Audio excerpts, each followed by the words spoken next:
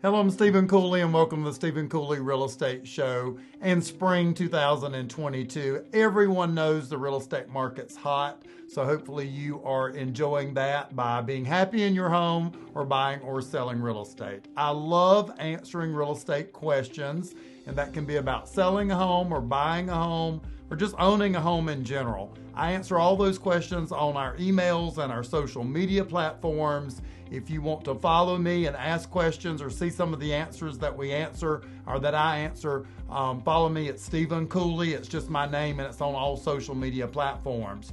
I do answer all those questions directly, and when there's a really good one that I think lots of people would like to know the answer to, I bring it on the show. And so today we have a question by Randy, and Randy lives in TKK, South Carolina. So hopefully you're watching today's show, Randy. I live right outside of TKK now in Fort Mill, South Carolina, so we're practically neighbors. And Randy says, hello, Stephen. My wife and I are looking to buy a home this year, and we will certainly use your group when we are ready to make that move. And thank you, Randy, for that.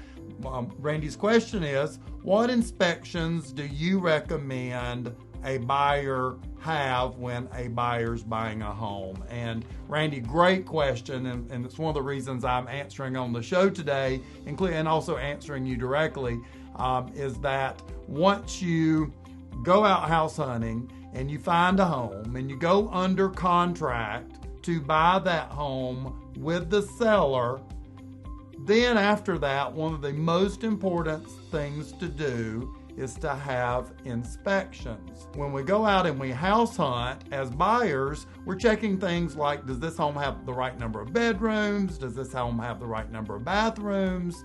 Is it close enough to employment? If you have kids, are the school systems good? And how far are the schools? But we as buyers, we're not home inspectors, and we shouldn't be. And by the way, nor is your real estate agent. So once you secure that home with a signed contract with the seller, this is now your time to inspect that property. So to answer your question, Randy, number one, I recommend a good, solid, general home inspection. This is a good overview exam of the home and the property. Think of it as going to your family doctor for a general physical. This inspector is going to take a look at everything, but they're not going to go deep with anything, kind of like your family doctor.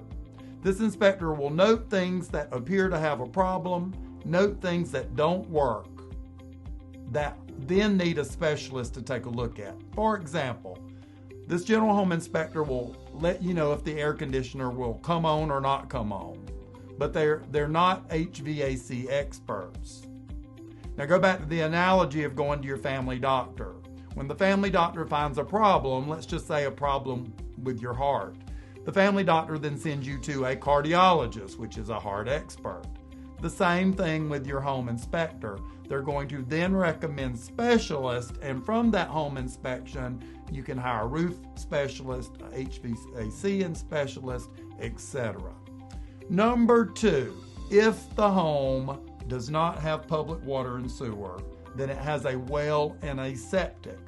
Lots of our properties have public water and sewer, and that's provided by the city or the county. There's also quite a few properties that have the well and septic located on their property. That means there's a hole dug on your property and you get the water out of the ground. Septic means there's a tank on your property and the waste stays on your property. If it has a well, you need to inspect for the water quality and the water quantity that's coming out of that well water. If it has a septic, you need to have that tank inspected to see if it's full and if it needs to be pumped and if that system works correctly.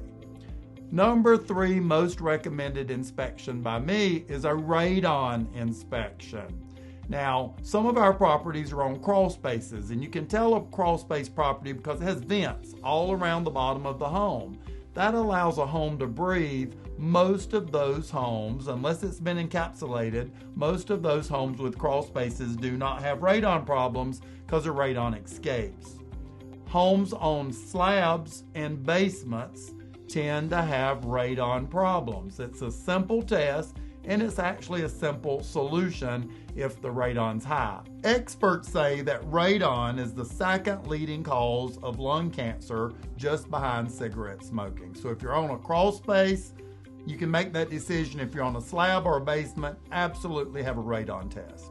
Number 4 is a survey. A survey is going to designate where the property lines are on your property and let you know what land you are buying. This is why a survey is so important, and surveys are now optional when you buy a home. You want to make sure that none of your property sits on your neighbor's. You want to make sure none of your neighbor's property sits on yours. That can be storage buildings, fences, driveways, even major shrubbery should be defined. So you definitely want to get that survey done, especially if you're going to put up a fence. You just want to make sure you know what you're buying and where your lot lines are.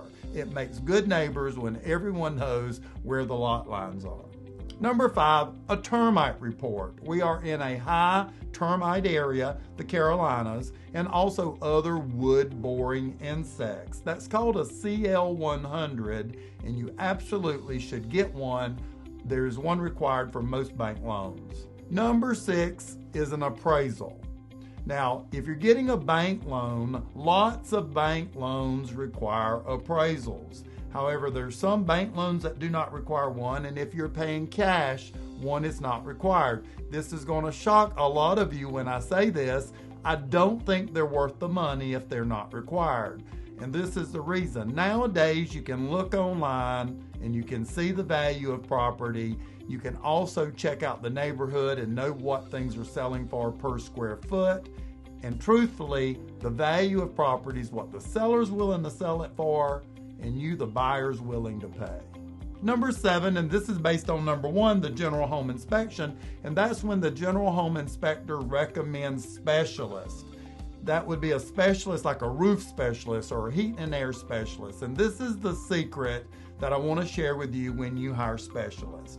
Hire specialists that do general inspections, that do not do the work. You do not want someone inspecting the property to tell you if it has problems that also is looking for work. It's just not good business. Find specialists who will inspect knowing they're not going to get the work. And number 8, and this is the biggest inspection, so hang on to this. It is optional. Make sure you do a final walkthrough on this property right before you go to the attorney's office and close on it. This is your chance as the buyer to make sure that the home is still there, that the things that you asked to stay with the home, like appliances, are still there. It's your chance to make sure the seller has vacated the property. If you close in the Carolinas and the seller is still there, you may have to evict that seller with landlord-tenant rights that could take up to 90 days. It's also your chance to make sure the home is clean and all those systems that you got inspected are still working. Here at the Stephen Cooley Real Estate Group, we make sure our buyers know about all these inspections, and we recommend the best inspectors for these jobs. So if you're looking to buy a home this year like Randy, give us a call here at Stephen Cooley Real Estate, and we'll take great care of your real estate needs.